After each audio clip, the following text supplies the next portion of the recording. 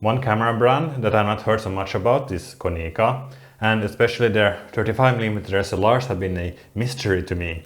Oh, maybe not quite, but this Autoreflex TC is the first one that I got the chance to try out. It's a very basic 35mm SLR from the mid-70s. The same time as the Canon AE-1 basically.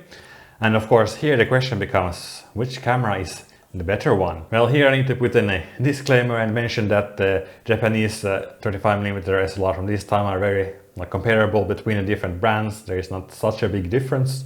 But yeah, anyway, so the main differences between the AE-1 and the Autoreflex TC is that this camera is fully mechanical. The Canon AE-1 is more advanced since it has a electronically controlled shutter, and also the light meter has a microprocessor to calculate more or better exposure, I suppose. Now in this case, the Autoreflex TC might actually have an advantage since it is a, mechanical camera. It doesn't break if the electronics break. So that's a good thing. Now, with the light meter, I don't know if I've used automatic on both of these cameras and they produce quite nice results. In any case, I prefer using manual exposure, so yeah, I don't know. It's not terrible, it does the job, the light meter on this one, even if it's like a more basic, older model. Compared to Canon, Konica actually has a, better lens mount. It has a bayonet mount, the Konica AR mount, and you can find quite nice lenses for this mount as well, so that's very nice. Now, when it comes to build quality, it's very similar to the AE-1 since the top cover is plastic, and it's not that bad though. It's still, you have to hit it straight on the brake. It won't break just by itself, and if you drop the camera so it hits only this part, you have bigger problems in any case. So based on the look of this particular unit, you might not be very convinced. I mean, the leatherette is coming off, it has shrunk, and this is a very common problem with these cameras, and this happened quite soon after they were made as well, so yeah.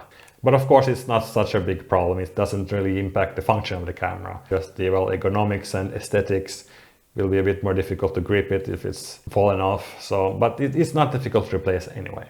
And also the rewind knob has fallen off from this camera, but fortunately I didn't get any light leaks or anything from it, so it wasn't really a problem. A bit more difficult to rewind just. Now let's go to the features of this camera, and they are very standardized. Everything is very expected to be basically, advance the film, press the button, focus and aperture, shutter dial on top. And the inside is also very similar. The opening of the camera is here on the underside, like so. Yeah, but otherwise film loading and everything is very standardized for the era.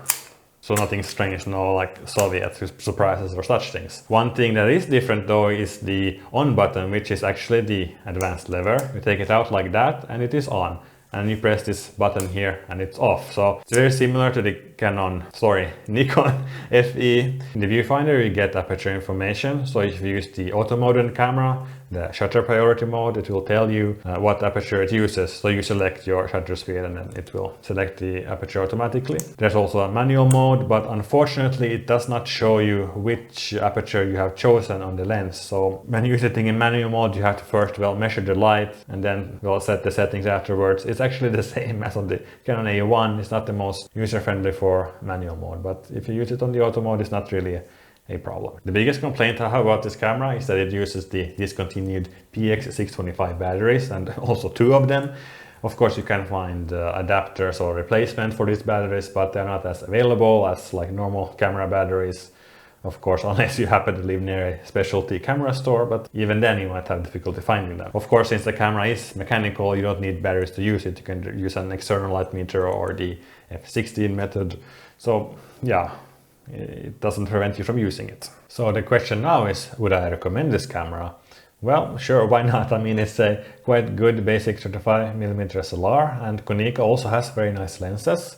For example, this one is a 135 and a 28, but the one I like the most is this 40mm 1.8 that I have mounted on the camera, and yeah, they are quite nice and cheap as well. Of course, the bad thing about this camera is that you usually don't find them in good condition because it's not a very well-known brand or popular brand, so it's not usually worth repairing them for, let's say, camera shops and so on. So you find them in quite rough condition, exactly like this one. I got this one for 19 euros in a flea market. I also got some lenses with it. Also I got a bag and a flash, but those the flashes usually don't do anything with. Besides the leatherette, you usually need to fix the light seals on these cameras. They become goo over time, and on this camera you need to be extra careful because the focusing screen is very sensitive. Always when you check cameras, make sure that the mirror foam is not gooey so it doesn't fly onto the focusing screen when you're testing the camera, because yeah, especially on this camera it is very sensitive. And one thing to keep in mind is that this is also the, let's say, entry level in the Konica lineup from the time. They have much more advanced SLRs, so you can find something with the, well, features you need also. Yeah, I would definitely recommend the Konica 35mm SLRs. Something I might even explore further myself. But yeah, I think this was all for this video. Now let's look at some photos.